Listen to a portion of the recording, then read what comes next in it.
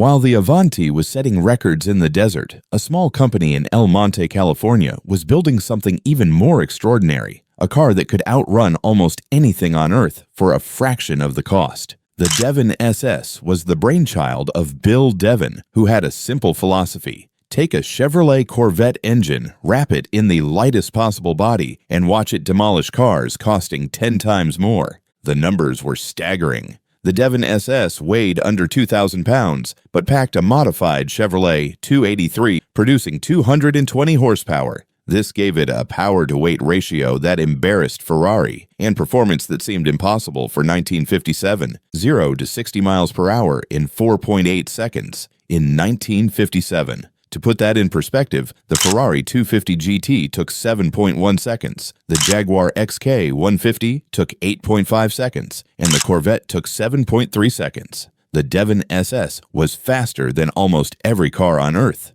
The secret was international collaboration. Frames were built in Ireland by master craftsmen, then shipped to California, where Devon installed Chevrolet drivetrains and European components like Girling disc brakes and BMC rack and pinion steering. But here's the tragedy. Only 15 to 30 complete Devon SS cars were ever built. The initial price of $5,950 rose to $10,000, more expensive than a Ferrari. Bill Devin was losing money on every car, making them too well for their own good. The few Devon SS cars that were completed proved their worth on racetracks across America. Pete Woods won the C-Modified Championship for California SCCA in 1959, dominating races against far more expensive European exotics. Today, a Devon SS is worth around $102,000, but finding one is nearly impossible. Most collectors have never heard of them, despite their incredible performance and rarity that makes them more exclusive than any modern hypercar.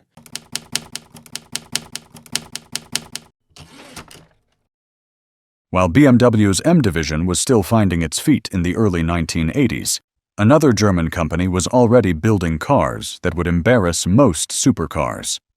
Alpina Burkhard Bovensiepen GmbH Plus Company, KG, had a special relationship with BMW. They weren't just a tuner, but an actual registered manufacturer with their own VIN plates and dealer network access. In May 1982, Alpina introduced something extraordinary, the B7 S Turbo Coupe. Based on the gorgeous BMW 6 Series E24 platform, this wasn't just a modified BMW. It was a complete reimagining of what a grand touring car could be.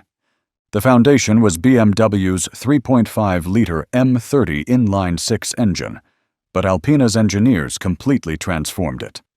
They fitted a KKK K27 turbocharger with variable boost control, allowing between 0.6 and 0.9 bars of pressure, depending on driving conditions. The compression ratio was lowered to 7.3, one to handle the forced induction, and custom-forged pistons were installed, along with a redesigned exhaust manifold and air-to-air intercooler system. Electronic ignition with a custom ECU managed the complex fueling and timing requirements. The result was 330 horsepower at 5,800 revolutions per minute, a figure that sounds modest today, but was absolutely staggering in 1982. To put this in perspective, the Ferrari 308 GTB made 240 horsepower, while Porsche's 911 Turbo produced 300 horsepower. The Alpina was making more power than nearly every supercar on the market. Even more impressive was the torque delivery.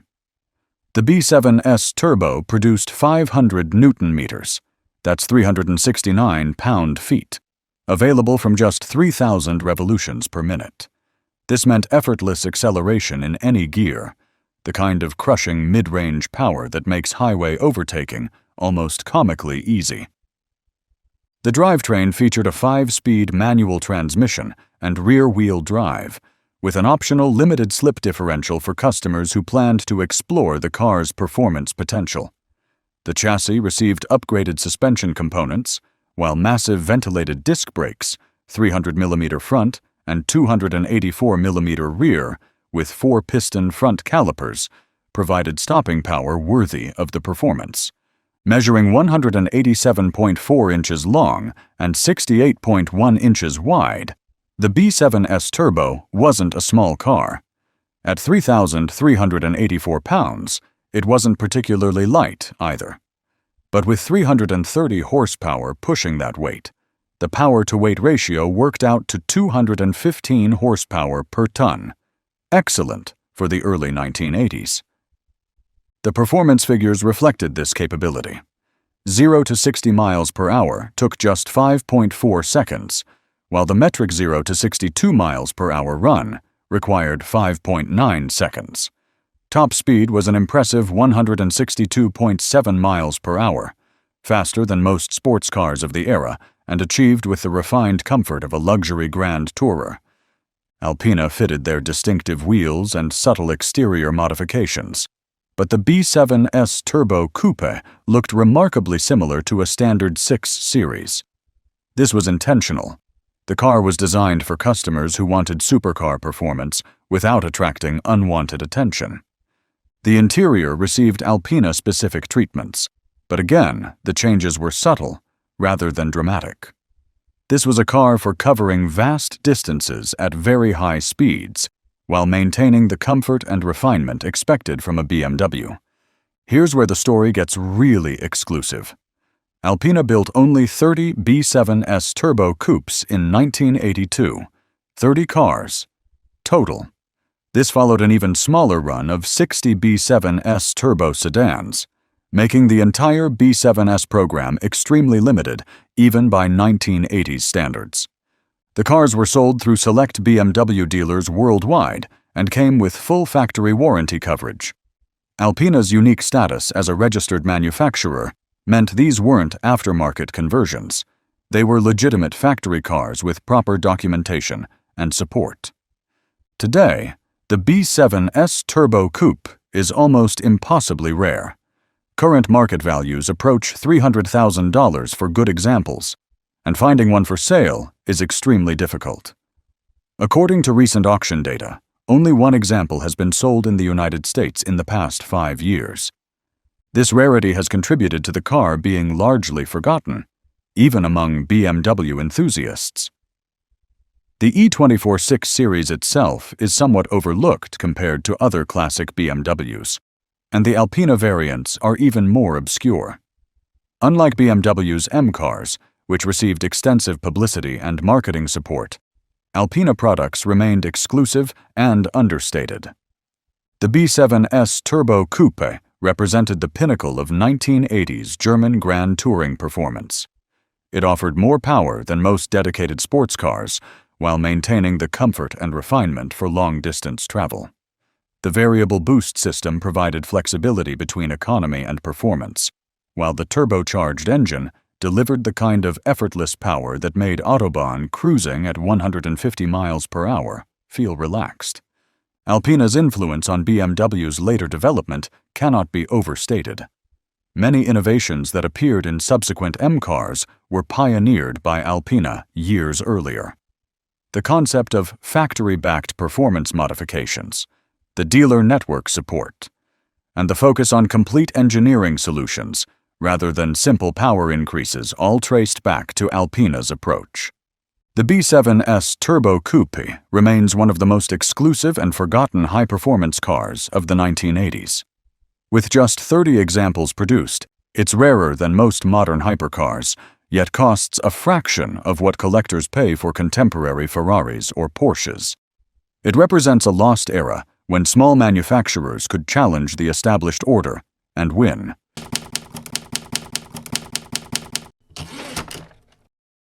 Fast forward to 1999, and a small British company was about to embarrass the entire supercar establishment with a car that cost $52,000 and could destroy million-dollar hypercars. The Ultima GTR looked like a Le Mans prototype race car because essentially it was one that happened to be street legal. Weighing just 980 kilograms but packing up to 720 horsepower from Chevrolet V8 Power, the GTR had a power-to-weight ratio better than the Bugatti Veyron. The world records speak for themselves. 0 to 60 miles per hour in 2.7 seconds, 0 to 100 miles per hour in 5.5 seconds, and a top speed of 231 miles per hour. But the most embarrassing statistic? On Top Gear's test track, the GTR posted a lap time of 1 minute and 12.8 seconds, faster than the Ferrari Enzo, faster than the Bugatti Veyron, faster than almost everything. For $52,000, the GTR was available as both a kit car and a complete turnkey vehicle. Buyers could choose from various Chevrolet V8 engines, with the top GTR 720 producing 720 horsepower and achieving that incredible 745 horsepower per ton power-to-weight ratio.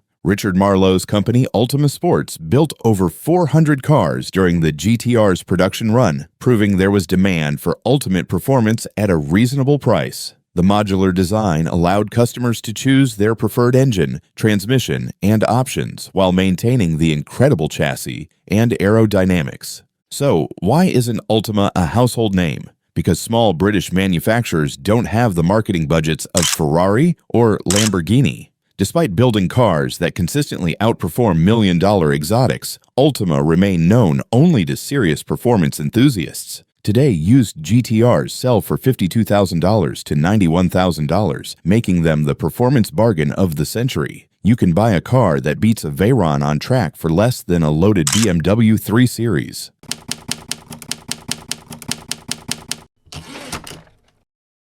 Our final forgotten legend comes from Spain, where a small company has been hand-building some of the most extreme cars on Earth in numbers so small they barely exist. The Tramontana looks like a Formula One car mated with a fighter jet, because that's exactly what designer Josep Rubau was thinking. After working for Volkswagen and studying at the Royal College of Arts, Rubau established Tramontana in Girona with one goal: build the most extreme road car possible. Only 12 Tramontanas are built per year. Each one is completely bespoke, handcrafted from exotic materials including carbon fiber, titanium, magnesium, silver, and even gold. The most expensive versions cost over $2.95 million and feature paint made from precious metals and gems. The engineering is as extreme as the construction. The top-spec Tramontana packs an 888 horsepower Mercedes twin-turbo V12 engine, achieving 0 to 60 miles per hour in 2.8 seconds and a top speed of 217 miles per hour. The power-to-weight ratio approaches Formula One levels in a street-legal package. But the most remarkable thing about Tramontana isn't the performance. It's the complete lack of recognition. Despite building cars that cost millions and perform like spaceships, virtually nobody outside Spain knows they exist. The R variant is even more extreme, with aerodynamics inspired by military aircraft and enough downforce to theoretically drive upside down at high speeds. Each car takes months to complete, with master craftsmen hand-forming every panel and component. Production numbers are almost meaningless. Fewer than 200 Tramontanas have been built since 2005, making them rarer than almost any hypercar ever made. The combination of Spanish craftsmanship, extreme performance, and ultimate exclusivity creates something truly unique in the automotive world. Yet mention Tramontana to most car enthusiasts and you'll get blank stares. While McLaren, Ferrari, and Bugatti dominate headlines, Spain's most extreme manufacturer remains virtually unknown, despite building cars that match or exceed their performance.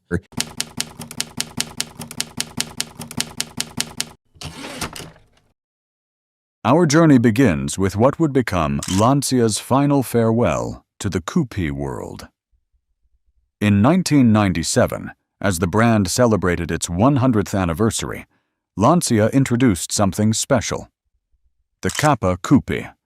This wasn't just another variant of their existing sedan. This was a handcrafted statement piece that would unknowingly mark the end of an era. The Kappa Coupe emerged from a collaboration that sounds almost too good to be true.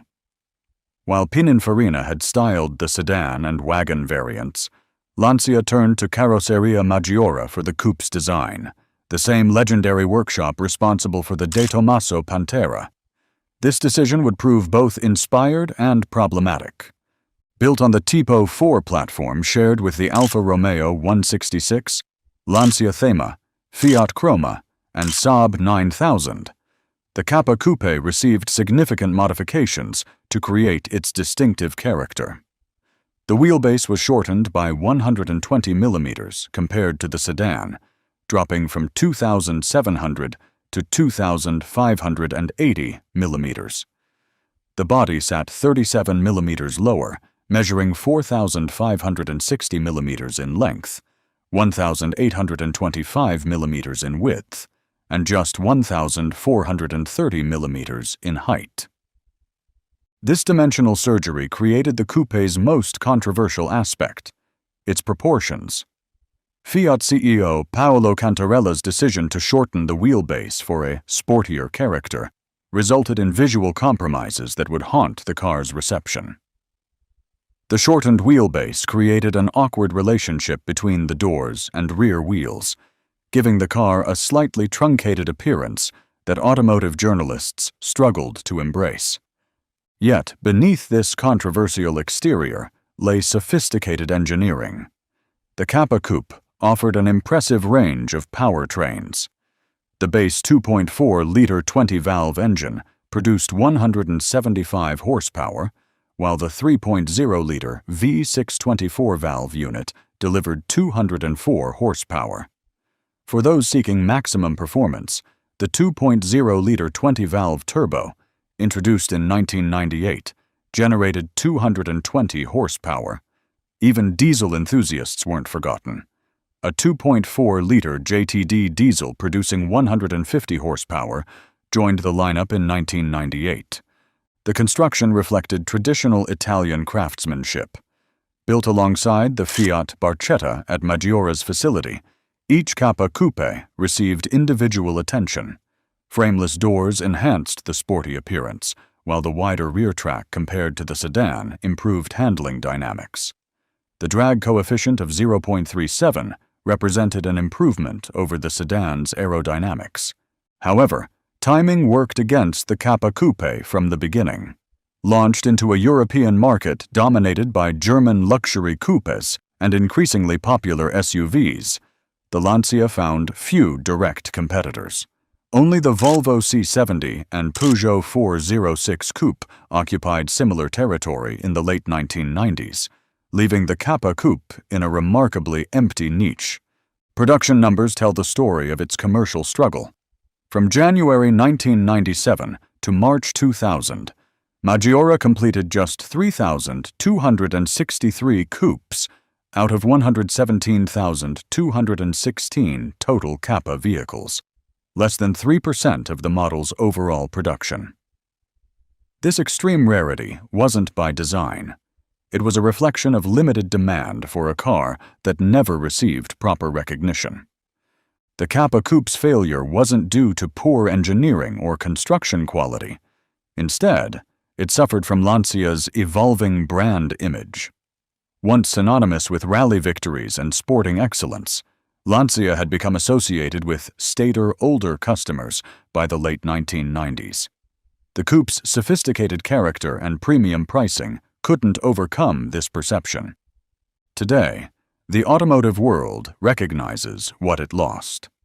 Enthusiasts describe the Kappa Coupe as the car I most regret not buying, appreciating its combination of Italian craftsmanship, sophisticated engineering, and extreme rarity.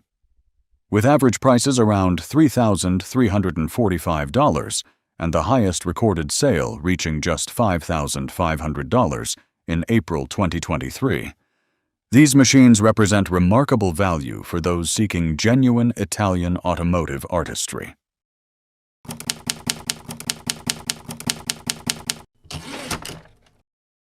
While the automotive world obsessed over horsepower wars and exotic supercars, Pininfarina was quietly revolutionizing how the industry thought about environmental responsibility. The Ethos Trilogy, 3 concept cars created between 1992 and 1994, represented a radical departure from traditional automotive priorities, showcasing that environmental consciousness and sporting performance could coexist harmoniously. This wasn't typical concept car theater. Pininfarina partnered with Orbital Engine Company, Hydro Aluminum, and General Electric Plastics to create fully functional vehicles that could be tested as rigorously as any production sports car. The project fell to Stefan Schwarz, a recent art center graduate who received the assignment to design something fun but environmentally friendly, a brief that seemed almost contradictory in the early 1990s. The trilogy began with Ethos 1, a Spider that debuted at the 1992 Turin Motor Show. This wasn't just another pretty concept car. Weighing just 700 kilograms, the Ethos 1 achieved remarkable performance through intelligent engineering rather than brute force. The orbital three-cylinder, two-stroke engine produced 95 horsepower at 5,000 to 5,500 revolutions per minute and 125 Newton-meters of torque, driving the rear wheels through a 5-speed manual transmission. The construction philosophy prioritized sustainability without compromising functionality. An aluminum extrusion chassis from hydro-aluminium provided strength while minimizing weight. Thermoplastic body panels from General Electric Plastics offered durability and recyclability. Even the water-based PPG paint reflected environmental considerations that wouldn't become mainstream for decades. Ethos 2, the coupe presented at the 1993 Geneva Motor Show, pushed aerodynamic efficiency to extraordinary levels.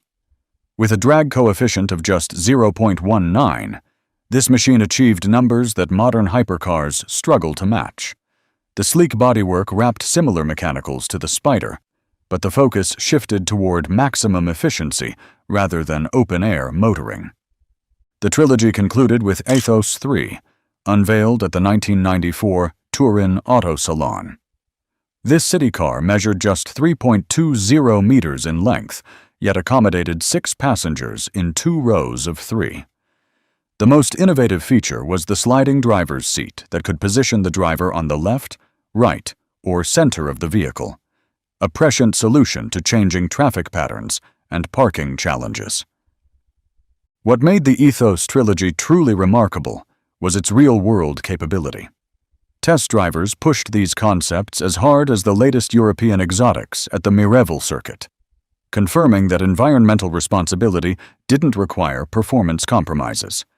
The orbital engine technology promised near-zero emission vehicle levels while delivering genuine sporting character. Yet the automotive world largely ignored these pioneering machines. The early 1990s market showed little interest in environmental considerations, preferring the raw spectacle of traditional supercars. Pininfarina's more dramatic Ferrari-based concepts captured attention and headlines, while the Ethos trilogy was dismissed as an interesting but irrelevant experiment. This dismissal reveals the automotive industry's short-sightedness. The Ethos trilogy essentially created the VW XL1 before the VW XL1 was a thing, demonstrating sustainable design principles that wouldn't gain acceptance until decades later. While Tesla receives credit for revolutionizing automotive environmental consciousness, Pininfarina was exploring these concepts 25 years earlier.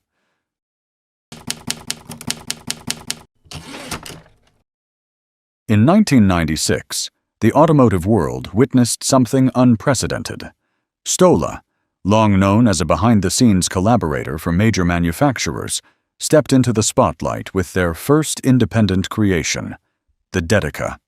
This wasn't just another concept car. It was a declaration of independence from a company that had spent decades bringing other people's visions to life. The name itself carried profound significance. Dedica honored former Fiat president Giovanni Agnelli, acknowledging the deep connections between Italian automotive culture and its most influential figures.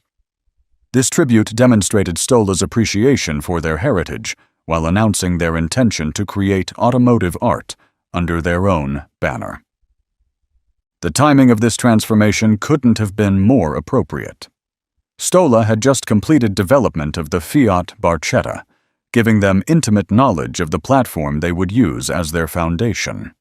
Rather than simply modifying an existing design, they chose to reimagine what a high-performance roadster could become. Aldo Brovarone, the renowned automotive designer, created a form that emphasized performance above all else. The Dedica abandoned the Barchetta's comfortable touring character in favor of radical speedster configuration.